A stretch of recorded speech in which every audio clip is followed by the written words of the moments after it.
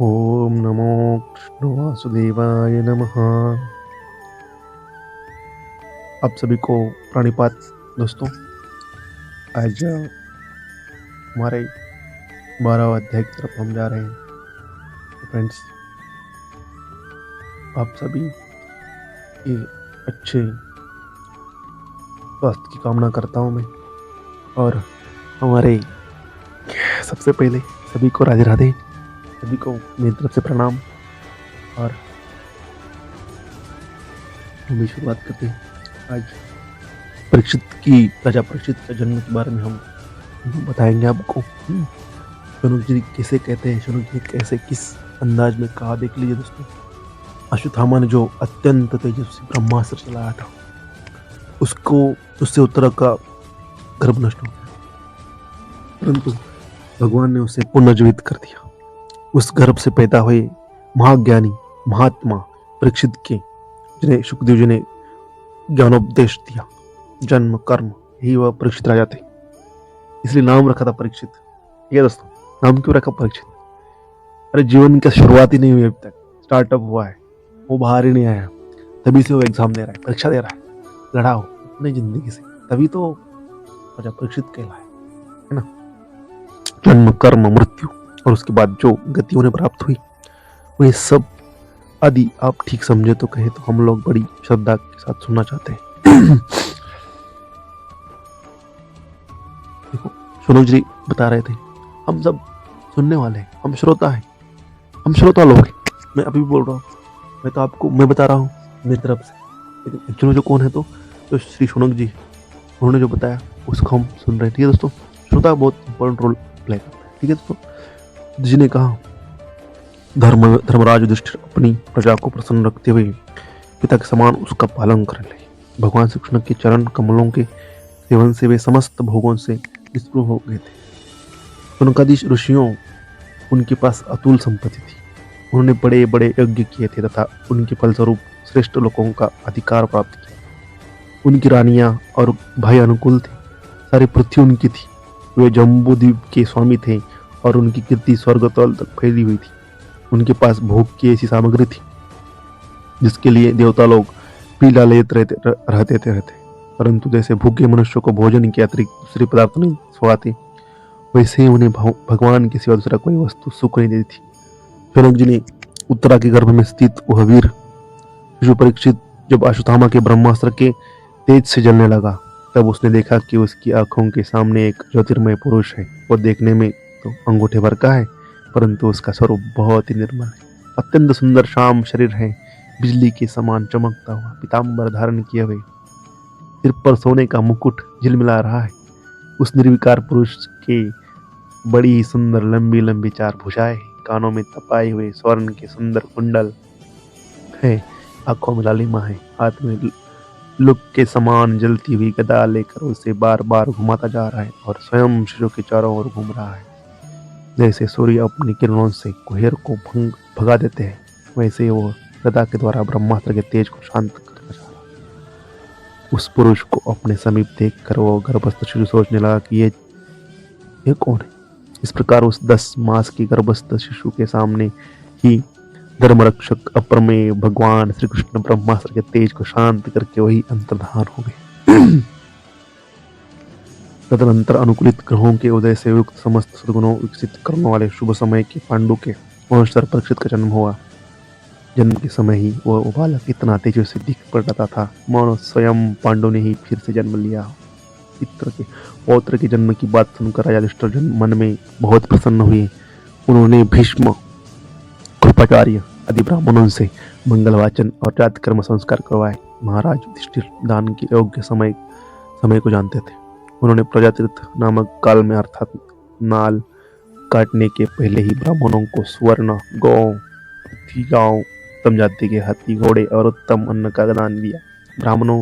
ब्राह्मणों ने संतुष्ट होकर अत्यंत विनयी युधिष्ठिर से कहा, पुरुवंश शिरोमणि, काल की दुर्निवार गति से ये पवित्र पुरुवंश मिटना नहीं चाहता,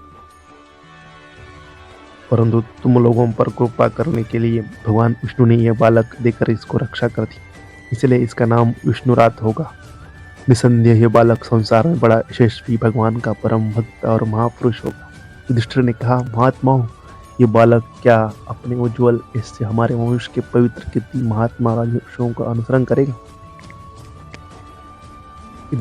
ब्राह्मणों ने कहा, धर्मराज ये मनुपुत्र इक्ष्वाकु के समान अपनी प्रजा का पालन करेगा तथा दशरथ नंदन भगवान श्री राम के समान ब्रह्मांड भक्त और सत्य प्रतिज्ञ होगा। यह उशीनगर नरेश शिव के समान दाता और शरणागत वत्सल होगा तथा याज्ञिकों में दुष्यंत के पुत्र भरत के समान अपने वंश का यश फैलाएगा। धनुधारों में यह सहस्त्र भाव अर्जुन और अपने दादा पार्थ के समान अग्रगण्य होगा।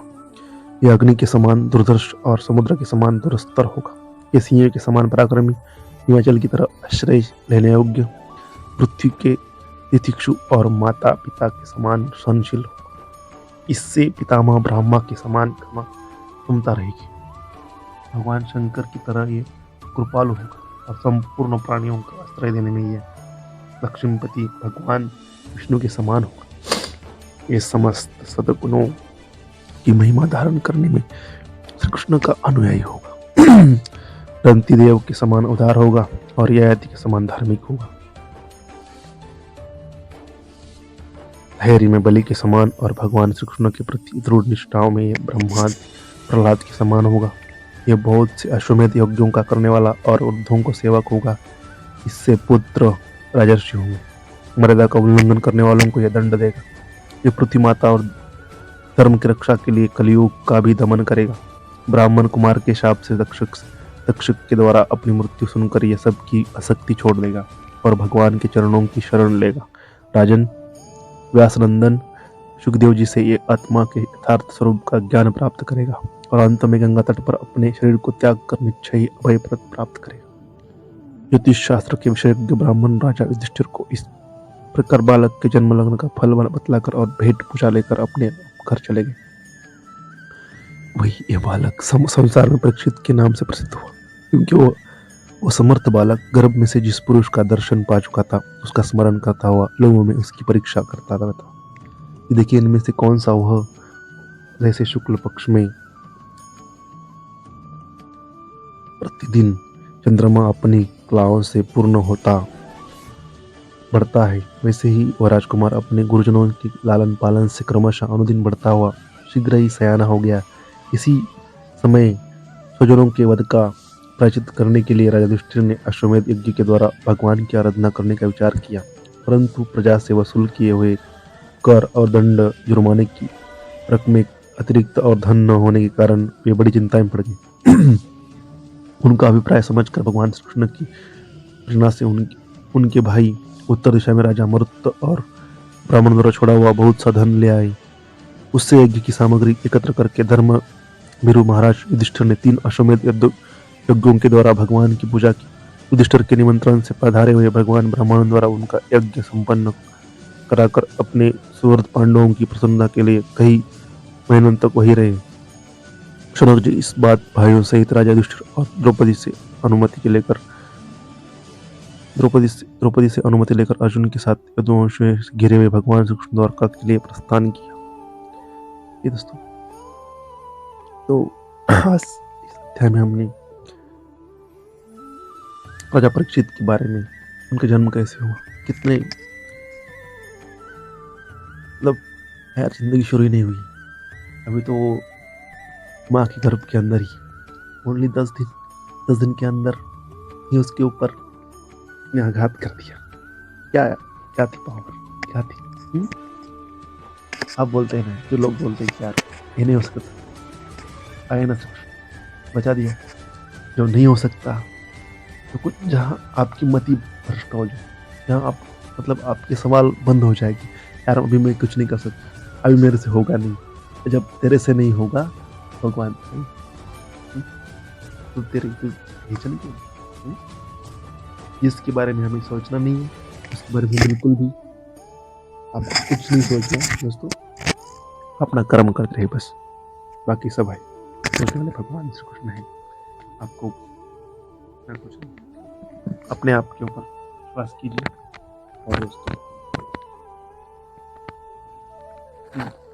के बारे में सोच मत रखिए, अपने अच्छे विचारों को अपने साथ रखिए। ठीक है फ्रेंड्स, तो मेरा कहना यही है कि आप अच्छे रहिए। ओम श्री कृष्ण वासुदेवाय नमः। ठीक है दोस्तों, तो इस अध्याय में इतना ही। अगले अध्याय में हम बात करेंगे, फिर आएंगे, फिर एक नए अध्याय की शुरुआत करेंगे। राधे राधे।